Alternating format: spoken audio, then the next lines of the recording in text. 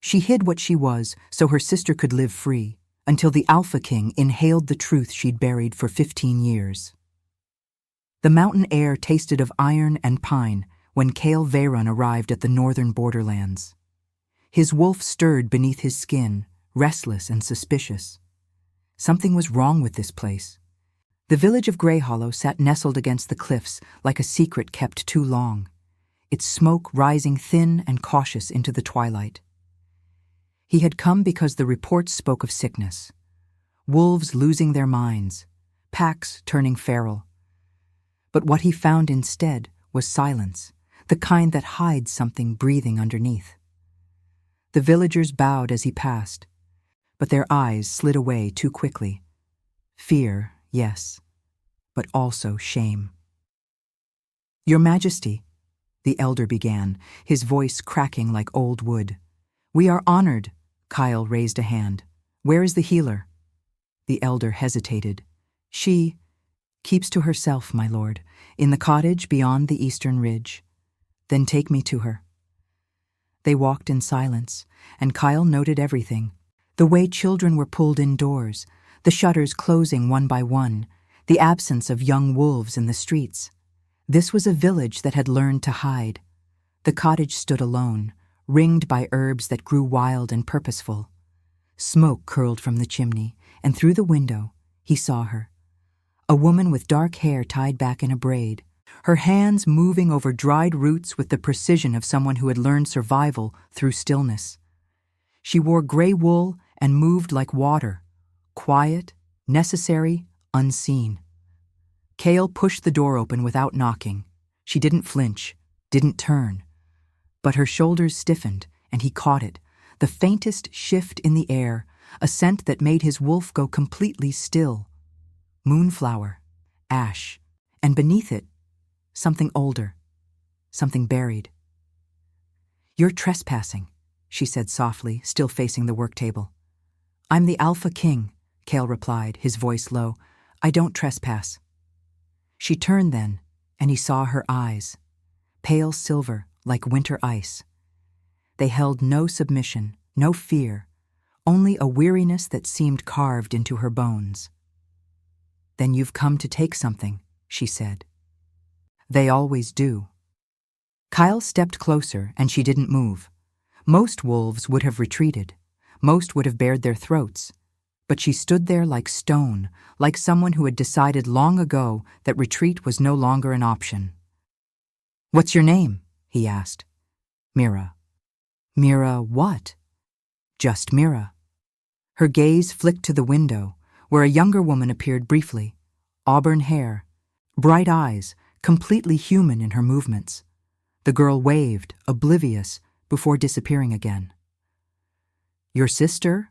Kyle asked. Mira's jaw tightened. "She has nothing to do with whatever brought you here." "I didn't say she did." But he watched the way Mira's hand moved instinctively toward a small iron box on the shelf. Protective, desperate. And he understood then, with the clarity that had kept him alive through 3 wars and a dozen assassination attempts, that this woman was hiding something far more dangerous than sickness. "You're not registered," Kyle said quietly. "No pack, no lineage, no mark. I'm no one. You're lying." Mira's eyes flashed, not with anger, but with something darker, resignation. "If I'm lying," she said, her voice steady, "then prove it. But if you can't, leave us alone." Kyle inhaled slowly, deliberately. The scent was there again, faint but unmistakable. Not human, not ordinary wolf, something else. Something that should not exist in a place like this, hidden and quiet and wrapped in 15 years of silence. "How long have you been here?" he asked. "Long enough." "How long have you been hiding?" Her breath caught, just for a second. But it was enough. Kale moved closer, and this time she did step back, not in fear, but in defense. Her hand closed around a small vial on the table, knuckles white. "Wolfsbane," he observed. "To mask the scent. To heal the sick." Is that what you tell yourself? Mira lifted her chin. My sister is human. She knows nothing about wolves, about packs, about any of this. And she will stay that way. So whatever you think you know, Alpha King, I suggest you forget it. Kale studied her, the tension in her shoulders, the way she positioned herself between him and the door, the absolute certainty in her voice that she would die before letting him reach the girl outside. What are you? He asked, so softly it was almost a whisper. Mira didn't answer. But her eyes told him everything. She was a wolf who had learned to be human. A creature who had buried her nature so deep that even the moon couldn't call it back. And she had done it for 15 years. For the girl with auburn hair who waved from the garden, innocent and safe. Kale turned toward the door, then paused. I'll be staying in the village, he said. 3 days. If you run, I'll find you. If you stay, we'll talk. There's nothing to talk about. Then you have nothing to fear. He left her standing in the cottage, surrounded by herbs and lies and the faint haunting scent of moonflower that would not let him rest. Outside, the elder waited, wringing his hands.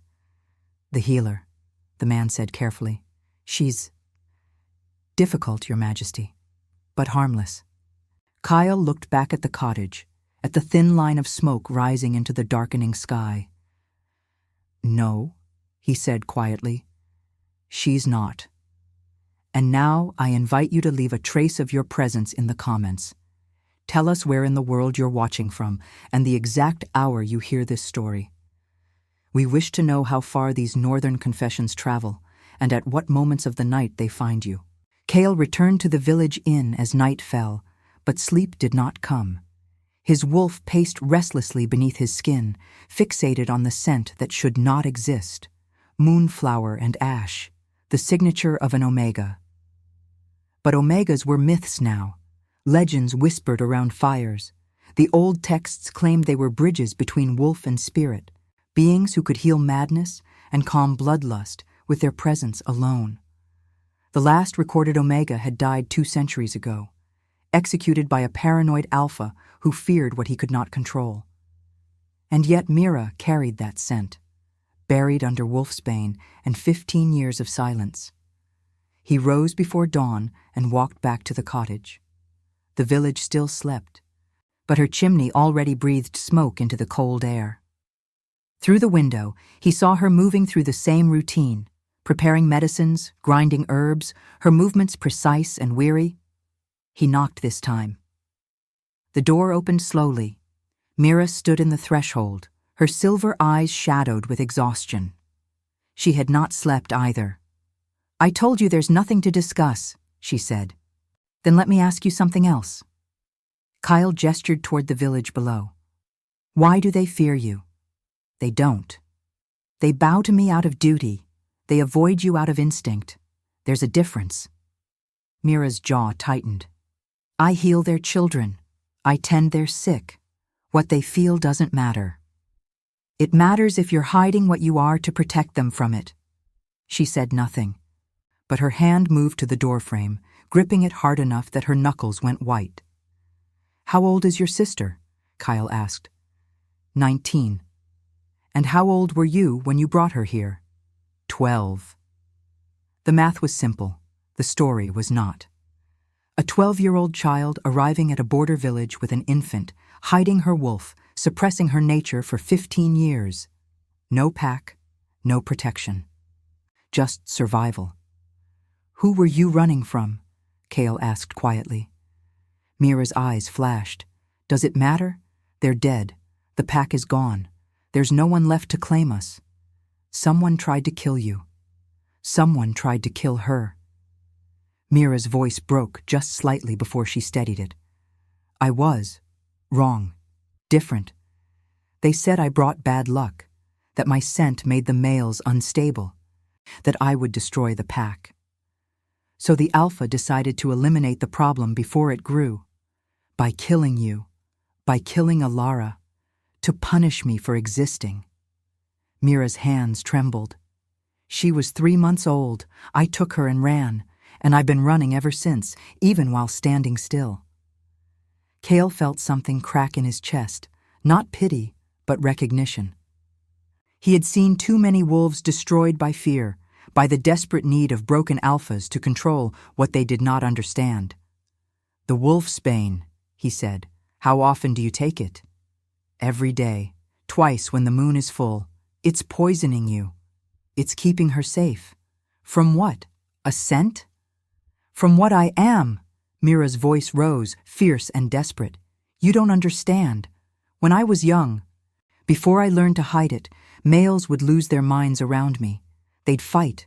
They'd kill each other. My own father tried to—" She stopped, breathing hard. "The wolfsbane keeps it buried. It keeps everyone safe." Cale stepped closer, his voice dropping to something softer, more dangerous. "What if you're not the problem? What if they were?" "It doesn't matter. The result is the same. The result is that you're dying slowly to protect a sister who doesn't even know what you sacrificed." Mira's eyes filled with something fierce and broken. "She gets to be human. She gets to be normal. That's worth everything." "Even your life?" "Especially my life." The door opened behind her, and the girl, Ilara, appeared, bright-eyed and curious. She looked so young, so untouched by the weight her sister carried. "Mira? Who's this?" "No one," Mira said quickly. "Just a traveler passing through." But Ilara's gaze lingered on Cale, taking in the fine leather of his coat, the silver wolf emblem on his chest. "You're the Alpha King," she breathed. "I heard the villagers talking. You came because of the sickness." "I did," Kyle said, his voice gentle. "Can you help them?" "I'm trying to understand what's causing it first." Ilara glanced at her sister. "Mira knows more about healing than anyone. She could help you." "No," Mira said sharply. "I can't." "But, Ilara, go inside." The girl's face fell, hurt and confused, but she obeyed. When the door closed, Mira turned back to Kyle, her expression hard. "Stay away from her," she said. "Stay away from both of us." "I can't do that." "Why not?" "Because you're an Omega," Cale thought. "Because you're the rarest thing left in this world, and if anyone else discovers what you are, they'll either worship you or destroy you." But what he said was simpler. "Because you're dying, and your sister will be alone when you're gone." Mira flinched as if struck. "That's not your concern. It is now." "You don't even know me." "I know enough." Kyle held her gaze. "I know you've been carrying this alone for 15 years. I know you're running out of time, and I know that whatever you're hiding from isn't finished with you yet. How would you—" "Because I can smell it." Cale's voice dropped. "Fear has a scent, so does guilt, and yours is wrapped around something old. Something you think is coming back." Mira's breath caught. For a long moment, she said nothing. Then, so quietly, he almost didn't hear it. "His son, the Alpha's son, he survived, and he's been looking for me." "For revenge? For what I am?" Her voice was hollow. "Because his father died believing I was valuable, a weapon, a prize, and he wants to finish what they started." Kyle felt his wolf rise, sharp and protective. "When did you last hear from him?" 2 months ago. A messenger came through the village. He didn't recognize me, but he was asking questions about a woman with silver eyes and a sister." "And you think he'll come here?" "I know he will." Mira's hands shook. "That's why I need you to leave, before he arrives. Before Ilara gets caught in the middle of this." But Cale was already shaking his head. "I'm not leaving. You have to—" "I'm the Alpha King, Mira, and you're under my protection now, whether you want it or not." Her eyes widened, and for the first time, he saw something other than resignation in them. Hope, fragile and terrified, but there. "Why?" she whispered. "Because mercy isn't weakness, and you've earned yours." Kyle set his guards around the village perimeter that night, silent as shadows. If the Alpha's son was coming, he would not arrive unnoticed. But as he stood watch on the ridge above Grey Hollow, it was not the enemy that occupied his thoughts. It was Mira. She had survived 15 years alone, carrying a secret that would have destroyed most wolves within months. Omegas were not meant to hide. Their nature demanded acknowledgement, connection, purpose. To suppress it was to slowly suffocate your own soul. And yet, she had done it. For a child who was not even her blood, who knew nothing of the sacrifice made in her name. He found Mira in the forest just after midnight, gathering night-blooming herbs by moonlight. She moved like a ghost among the trees, her braids swinging silver-white in the darkness. "You shouldn't be out here alone," Kyle said. She didn't startle. "I've been alone for 15 years. One more night won't kill me. The wolfsbane might. Then I'll die quietly, like I've lived." Kyle stepped closer, and this time she didn't retreat. The moonlight caught her eyes, turning them luminous and strange. He could see the exhaustion in every line of her face, the way her hands trembled slightly as she worked. "When was the last time you shifted?" he asked. Mira's hands stilled. "I don't. Ever? Not since Alara was born." She straightened, clutching the herbs to her chest like a shield. "If I shift, I lose control. The scent becomes stronger, the Omega nature surfaces, and everything I've built here falls apart." "You're killing your wolf." "I'm saving my sister. They're not the same thing." "They are to me." Kyle reached out slowly, carefully, and took the herbs from her hands. She let him, too tired to fight. "What if," he said quietly, "you didn't have to choose? There is no other choice." "There is. Come back with me, to the capital, both of you. I can protect you there. Alara can have a life, a real one, and you. And I can what? Become your Omega?" Mira's laugh was bitter. "I know what alphas do with our kind. We're prizes, trophies, proof of power." "I'm not asking you to be a prize." "Then what are you asking?" Kyle met her eyes. "To let someone else carry the weight. Just for a while." Something cracked in her expression, longing, sharp, and dangerous. For a heartbeat, he saw what she might have been without the fear. Strong, radiant, free. Then she turned away. "I can't." "Why not?" "Because the moment I stop hiding, the moment I let myself be what I am, he'll find me, and he won't stop with me. He'll take Alara too, use her to control me.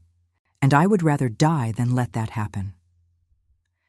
"So you'll just wait here until the poison finishes what fear started?" "If that's what it takes." Kyle felt anger rise in his chest, not at her, but at the cruelty of a world that had taught her this was strength, that survival meant erasure, that love meant sacrifice without end. "You're wrong," he said, "about what Omegas are, what they're meant to be. And what's that? Not weapons, not prizes." He stepped closer. "Healers. The old texts say Omegas could calm madness, stop wars, bring peace to fractured packs. That's why they were feared. Because peace is more dangerous to tyrants than any army." Mira's breath hitched. "I can't heal anyone. I can barely keep myself alive." "Because you've never been allowed to try. You've spent 15 years burying your nature instead of understanding it. And if I try and fail, if I hurt someone, then you'll have tried, which is more than slowly dying allows." She looked at him then, really looked, and he saw the question in her eyes. "Why do you care?" The answer was complicated. Because he had seen too many wolves destroyed by fear. Because his own father had executed 3 Omegas out of paranoia, and Kyle had lived with that shame ever since. Because mercy was a choice he made every day to be different from the kings who came before. But what he said was simpler. "Because you deserve better than this, and so does she." Mira's eyes filled with tears she refused to let fall. "I don't know how to be anything else." "Then let me show you." For a long moment, they stood in the moonlight, two wolves caught between duty and desire, fear and faith. Then Mira nodded, so slightly it was almost imperceptible. 3 days, she whispered. "I'll give you 3 days to prove he won't find us, that we can be safe. And if I do, then maybe—" She trailed off, unable to finish the thought, unable to believe in hope after so long without it. Kyle reached out and took her hand. Her skin was cold, her pulse racing beneath his fingertips. 3 days, he agreed, and then you choose. She didn't pull away. And as they stood there, the scent of moonflower rose between them, no longer masked by wolfsbane, raw and ancient and impossibly alive. For the first time in 15 years, Mira let herself be seen. And now, I invite you to leave a trace of your presence in the comments. Tell us where in the world you're watching from and the exact hour you hear this story. We wish to know how far these northern confessions travel and at what moments of the night they find you. The attack came on the second night. Cale sensed them before his guards did. Wrong scent on the wind, the metallic taste of violence beneath pine and stone. He was moving before the first howl split the darkness, his wolf surging forward with lethal precision. 6 wolves, all marked with the crimson claw of the Blood Peak pack. The Alpha's son had sent scouts.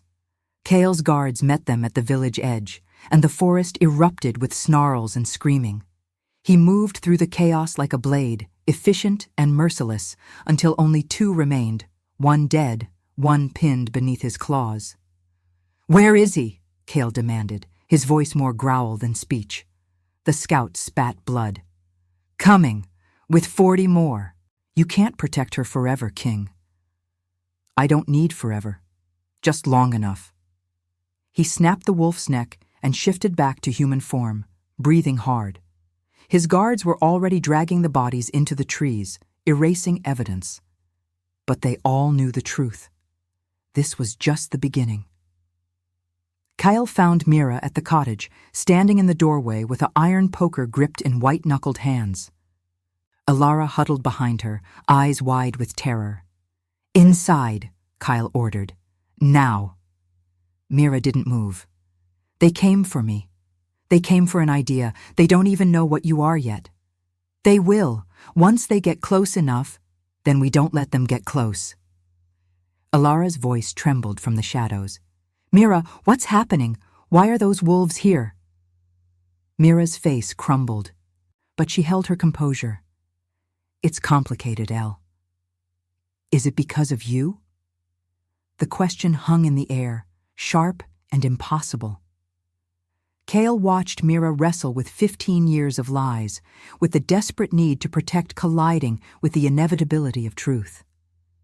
"Yes," she finally whispered. "It's because of me."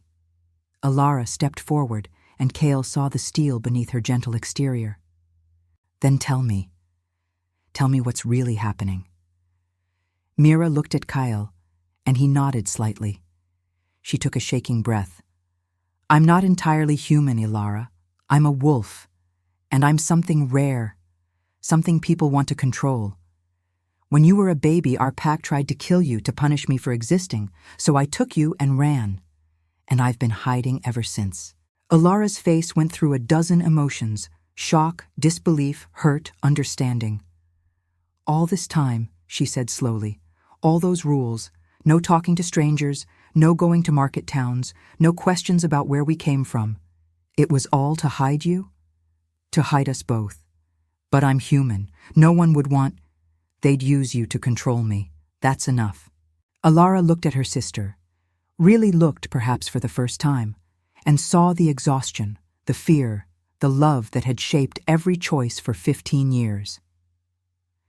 "You've been dying for me," she said, voice breaking. "The herbs you take every day, the way you never sleep during full moons. You've been poisoning yourself. I've been keeping you safe. By destroying yourself."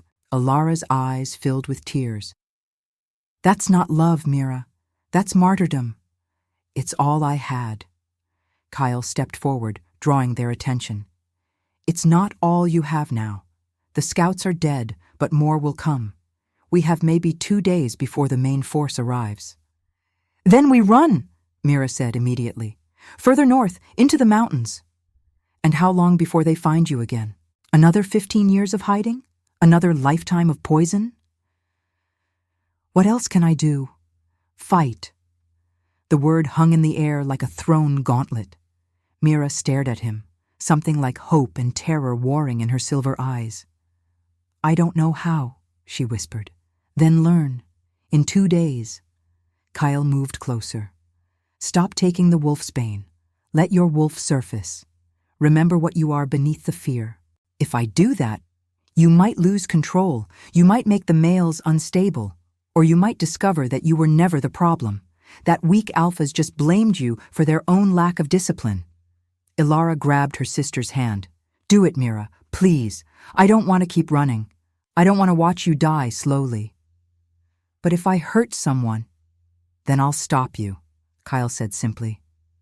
That's what an Alpha King is for, to hold the line when others can't. Mira looked between them. The sister she'd given everything to protect, and the king who offered something she'd never had before. Partnership, trust. The possibility that she was not a burden to be managed, but a person worth defending. Okay, she breathed. Okay. That night, Mira poured the wolf's bane into the fire and watched it burn. The smell was acrid and final, like the death of a long illness. Kale stayed with her as the poison began to leave her system, as her wolf stirred awake after 15 years of forced slumber. She shook with it, gasped, clung to the table as her body remembered what it had been forced to forget. I can feel it, she whispered. The wolf. It's so angry. Let it be angry, Kale said. Anger kept you alive. I'm afraid. I know, but you're not alone anymore. As dawn broke, Mira's scent began to change. The moonflower emerged, no longer muted by chemicals. It filled the cottage, filled the air, and Kyle felt his own wolf respond, not with aggression or lust, but with recognition. This was what Omegas were meant to be. Not weapons, not victims, but bridges between rage and peace, and he would defend that bridge with his life. The wolf inside Mira woke like something feral and half-starved. She spent the day in the forest with Kale, far from the village, learning to shift again. The first transformation was agony. Bones remembering a shape they'd been denied. Muscles screaming protest against 15 years of stillness. She emerged as a silver wolf with ice-pale eyes, smaller than most, but radiating something that made even Kale's wolf go quiet. Presence. Not dominance, but its opposite. A gravity that drew without demanding, calmed without controlling. How do you feel? Kale asked when she shifted back, naked and shaking in the snow. Alive. Her voice was raw. For the first time in so long, alive. He gave her his cloak and she wrapped it around herself, the scent of him mixing with her own newly freed nature. The moonflower scent was stronger now, intoxicating. But Kale kept perfect distance, his control absolute. The males in your old pack, he said carefully. They lost control around you because they were weak, governed by instinct rather than choice. A true alpha doesn't lose himself to scent. He chooses his response. And you? I feel the pull. Your wolf calls to mine, but I'm not ruled by it. Mira studied him. This king who had appeared in her carefully constructed prison and offered her keys instead of chains. Why? She asked. Why help me? Because I've seen what happens when we destroy what we don't understand. My father executed 3 Omegas, burned them alive because he feared their influence. Kale's voice went hard. He called it protection. I call it murder, and I've spent my reign trying to be different. By saving one broken wolf? By choosing mercy over fear, every single time. They trained until dusk, not fighting, but centering, teaching her wolf to surface and retreat at will, to maintain control even when instinct screamed otherwise. It was hard, brutal work. But by the time darkness fell, Mira could shift smoothly, hold her wolf form, and return to human without losing herself in the transition. "Good," Kyle said as she dressed. "Tomorrow we work on projection." "Our projection?" "The old texts say omegas could project calm, influence the emotional state of nearby wolves. If we're going to face 40 enemies, we need you to remember how." Mira's eyes widened. "I don't know if I can—" "You already do it. Every time you tend the sick in the village, they calm under your hands. Every time you speak, people listen without understanding why. It's instinct. We just need to sharpen it." That night, Alara found them by the fire outside the cottage. She'd been quiet all day, processing the truth about her sister. Now she sat beside Mira, taking her hand. "I'm sorry," Alara said softly. "For what?" "For not seeing, for not knowing what you gave up for me. You were 3 months old. There was nothing to see. I'm not 3 months old anymore." Alara's voice was firm.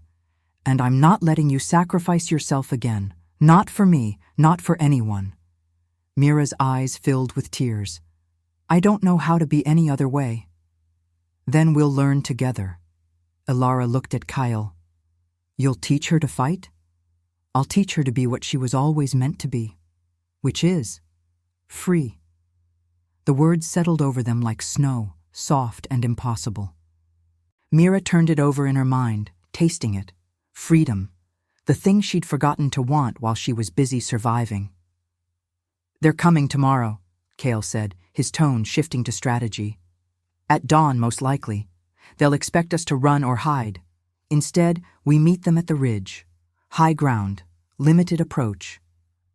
You want to fight 40 wolves with what? Your 6 guards and me. I want to end this without a battle. But if we must fight, we fight smart." "How can you end it without fighting?" Kyle smiled, sharp and knowing. "By showing them what you really are, and making them understand that taking you would mean war with me." "You'd go to war for someone you just met?" "I'd go to war for what's right. You just happen to be both." Mira stared at him, and something shifted in her chest.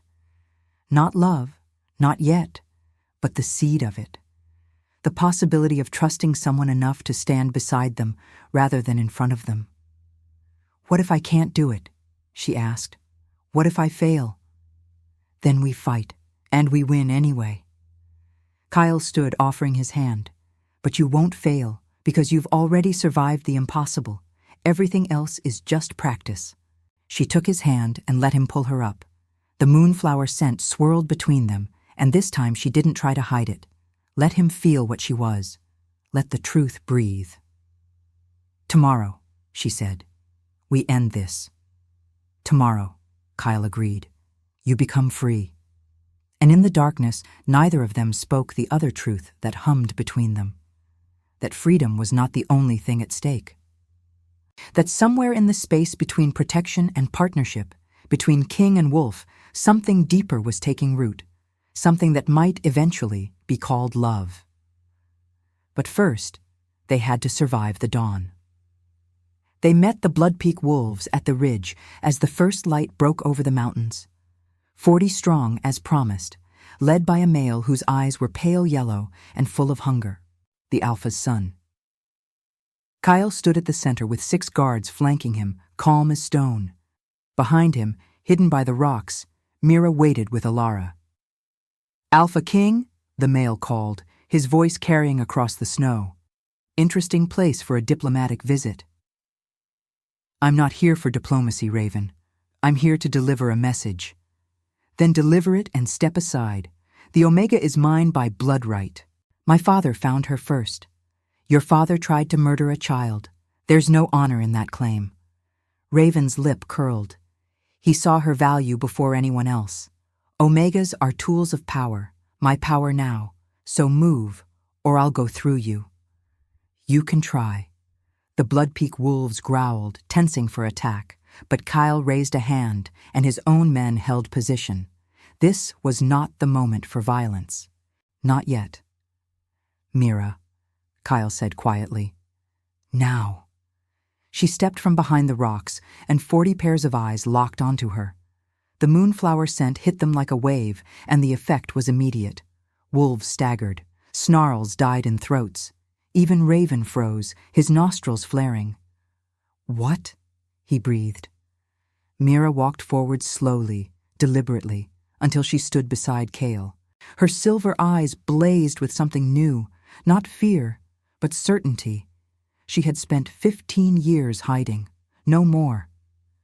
"I am not a tool," she said, her voice carrying across the ridge. "I am not a prize, and I am not yours." Raven recovered, his face twisting with rage and desire. "You don't understand what you are, what you could do for our pack. With your influence, we could unite the Northern Territories, build an empire. By force, by control, by destiny." "No." Mira stepped forward again, and this time wolves backed away instinctively. "I've read the old texts. I know what Omegas were. Peacemakers, healers. We were meant to stop wars, not start them. Then you're a fool. Power unused is power wasted, and power misused is destruction." Raven snarled. "Enough! You're coming with me. Now!" He lunged.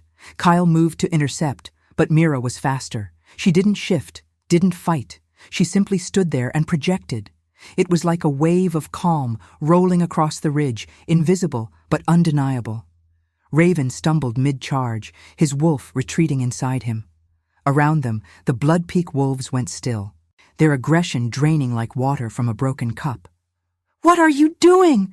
Raven gasped, falling to his knees. "Showing you what I really am." Mira's voice was gentle but unyielding.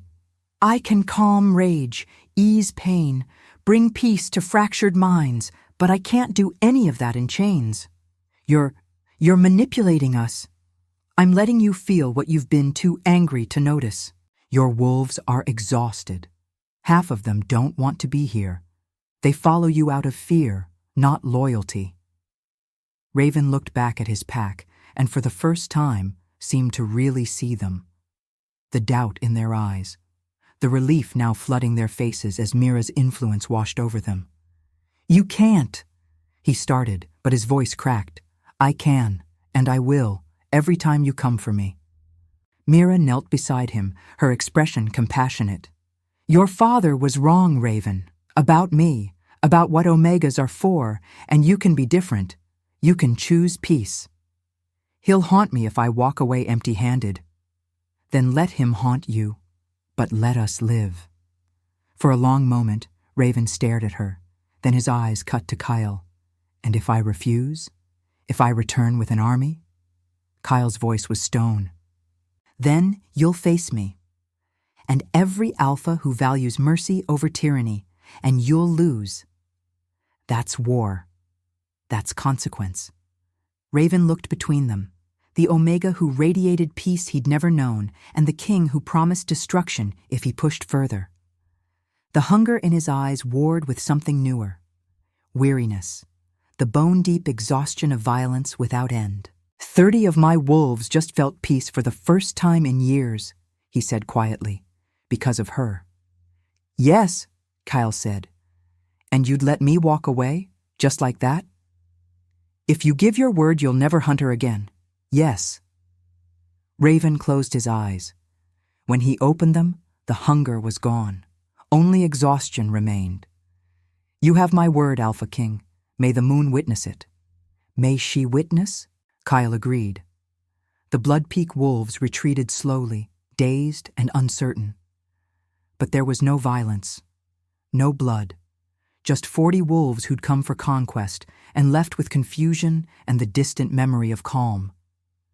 When they were gone, Alara ran from the rocks and threw her arms around her sister.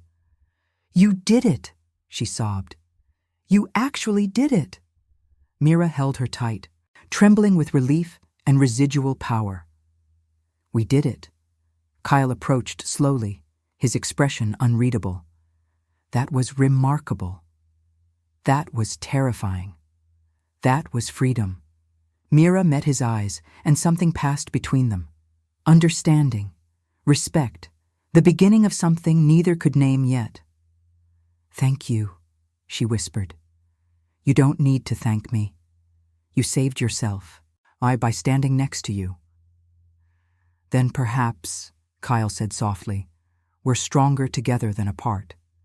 Subscribe if you believe mercy can crown even the fallen." The village celebrated that night with fire and music and relief. Children who'd learned to hide now played in the streets. Wolves who'd lived in fear now howled at the moon without shame. But Mira stood apart, watching from the cottage steps with Alara beside her. "You could join them," her sister said. "They're celebrating you." "They're celebrating survival. I'm just tired." Alara squeezed her hand. "You're free, Mira. Actually free." What will you do now? It was the question she'd been avoiding all day. For 15 years, her entire existence had been focused on hiding, protecting, surviving. Now that those imperatives were gone, she had no idea who she was supposed to be. Kyle found her there an hour later, when the fire had burned low and most of the village had stumbled home drunk on relief. "You're brooding," he observed. "I'm thinking." "About? What comes next?" He sat beside her on the steps, close enough that their shoulders almost touched. "You could stay here. Rebuild the life you made." "I could. Or you could come with me, to the capital, help me find other wolves like you, Omegas in hiding, terrified of what they are." Mira looked at him sharply. "You think there are others?" "The old texts mention dozens. They can't all be dead. More likely they're scattered, hiding like you did, dying slowly because they don't know there's another way. And you want me to what? Be some kind of beacon?" "I want you to be what you are, a healer, a bridge, someone who shows wolves that peace is possible." That's a lot of responsibility for someone who just learned to shift without passing out. Kyle smiled. "You've been carrying responsibility for 15 years. This would just be a different kind. With you, if you choose. But the choice is yours, Mira. Always." She studied him in the firelight. This king who'd appeared like something out of legend and treated her like a person instead of a prize. She'd spent so long believing that strength meant standing alone. But maybe that was just fear wearing a brave mask. "Ilara," she said. "What about her? She comes too. The capital has universities, markets, opportunities. She could have the life you wanted for her, and you could have yours. What if I don't know what that is yet?" "Then you'll figure it out, with time, without poison." Mira felt something loosen in her chest, a knot she'd carried so long she'd forgotten it was there. "You make it sound simple." "It's not simple, but it's possible. That's more than you had yesterday." "True." They sat in comfortable silence as the stars wheeled overhead. Finally, Kyle spoke again, his voice quieter. "Can I tell you something?" "Yes." "My father's executions, the 3 Omegas. I was there, 15 years old, being trained to rule. He made me watch, made me believe they were dangerous, that their influence was manipulation. But one of them looked at me before they lit the pyre. She didn't beg, didn't curse. She just said, 'You'll regret this when you understand what we really were.' And she was right." Mira reached out slowly and took his hand. His fingers closed around hers, warm and steady. "I've spent my entire reign trying to atone for that moment," Kyle continued, "trying to be different, to choose mercy. But part of me wondered if I was just weak, if my father was right and I was too soft to rule. And now? Now I think mercy is the hardest thing an alpha can choose, because it requires trust, faith, the belief that peace is worth more than power." "Is it?" Mira asked. "Worth more?" Kyle looked at her, and in his eyes she saw the weight of a kingdom, the ghosts of wolves he couldn't save, the endless burden of trying to be better than those who came before. "Ask me again in 50 years, he said, "when we've built something worth believing in. If you'll have me as an ally, as a partner." He paused. "As whatever you choose." Mira felt her heart stutter. Not love, not yet, but the shape of it, the possibility. "I need time," she said, "to remember who I am without the fear." "You have it, all of it. I'm not going anywhere." "Even if I decide to stay here?" Even then, she believed him, and that, more than anything, was what made her decision. "I'll come," she said, "to the capital to help you find the others." She squeezed his hand. "But not because I owe you, because I choose to." That's all I ever wanted. Inside the cottage, Ilara appeared in the doorway, smiling knowingly. "So, are we leaving?" "We're leaving," Mira confirmed. "Good, because I'm tired of hiding too." And as the three of them sat on the steps under the stars, a king, an omega, and the sister who'd been loved enough to inspire 15 years of sacrifice, something new began to grow. Not a debt, not a rescue, but a partnership built on choice, trust, and the revolutionary belief that peace was something you could build instead of just dream about. 3 months later, Mira stood in the great hall of the capital, watching as 23 wolves gathered nervously around her. They'd come from across the territories, omegas in hiding, terrified and hopeful, drawn by whispers of a silver-eyed wolf who'd survived and was teaching others to do the same. Kale stood at the back of the hall, observing. He'd kept his distance while Mira built this sanctuary, offering resources but not direction, leadership but not control. She'd bloomed in that space, learned her power, discovered that she could calm madness, ease trauma, help wolves who'd been broken by violence remember what peace felt like. And slowly, carefully, she'd begun to trust that this was not temporary, that freedom was not a gift that could be revoked, but a state of being she could choose every day. "Today," she told the gathered omegas, "we practice projection, not manipulation, influence. The difference is consent. You offer calm. They choose to accept it." A young male raised his hand. "But what if we're not strong enough? What if the alphas overpower us?" "Then you walk away. Your power is not required to make you valuable. You are valuable because you exist." It was a lesson she was still learning, but saying it aloud helped. After the session ended, Kyle found her in the gardens.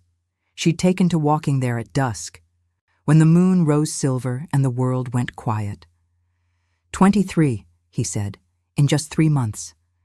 23 who were brave enough to trust the rumors. How many more are still hiding? We'll find them, eventually. And then what? We just build a society where omegas aren't hunted? Yes. That simple? That hard. Mira smiled despite herself. You're annoyingly optimistic for a king. I have good reason to be. He stepped closer, and she felt the familiar pull between them. Not just wolf to wolf, but something deeper. They'd spent months working together, learning each other's rhythms and boundaries, building trust, brick by careful brick. Mira, Kyle said quietly, I need to ask you something. Ask. Are you staying because you want to? Or because you feel you owe me? She turned to face him fully, and her silver eyes were clear. I stayed because I choose to, every day. But Kale. Yes? I need you to know that if this, us, becomes something more, it has to be because we want it. Not because I'm an omega and you're an alpha. Not because you saved me, but because we're two people who chose each other. Is that what you want? His voice was barely a whisper. For this to be more? Mira took his hands in hers. The moonflower scent rose between them, no longer hidden or feared, just present. I spent 15 years believing love was sacrifice, she said. that caring for someone meant destroying myself for them. But you taught me something different. What's that? That love is choosing to stand beside someone, not in front of them, not behind them, beside them. And is that what you want? To stand beside me? I think, Mira said, her voice trembling with certainty, that I've been doing it for months. I just needed time to name it. Kyle exhaled, and she felt the tension leave his shoulders. I've been waiting, hoping, but I didn't want to push. She kissed him before he could finish. It was soft and deliberate, a choice made clear. When they broke apart, both of them were breathless. I'm not fragile, Mira said. I'm not a prize. I'm a wolf who survived the impossible and decided to build something beautiful on the other side. I know. And I choose you. Not because you're a king, not because you saved me, but because you're kind and stubborn and you believe in mercy when no one else does. Mira. I love you, she said simply, and I'm done pretending I don't. Kyle pulled her close, and she felt his heart hammering against hers. I love you too. I think I have since the moment you told me you'd rather die than stop protecting your sister. That's a terrible reason to fall in love. It's perfect reason. You taught me that strength isn't about power. It's about choosing to care when giving up would be easier. They stood there in the moonlight, two wolves who'd found each other through sacrifice and stayed through choice. Around them, the capital hummed with life, with omegas learning to be free, with wolves learning mercy, with the slow, hard work of building peace. It wasn't perfect. It would never be easy, but it was theirs. Ilara found them there an hour later, grinning widely. So, are you two finally admitting what everyone else has known for months? Mira laughed, bright and free. Apparently. Good, because you've been insufferably noble about it. I was about to lock you in a room until you figured it out. You wouldn't dare. Try me. They walked back to the palace together, three people who'd started as strangers and become family through choice, through trial, through the revolutionary belief that love was not about sacrifice, but about standing together when the world tried to tear you apart. And later that night, when the moon rose full and silver, Mira stood on the palace balcony with Kale beside her and let her wolf out for the first time without fear. She howled, not in pain or mourning, but in triumph. And across the capital, 23 other omegas joined her song. Free. Finally, impossibly, free. If your heart beat alongside ours, like, comment, and subscribe. Because every soul that joins our moon keeps the flame of redemption alive.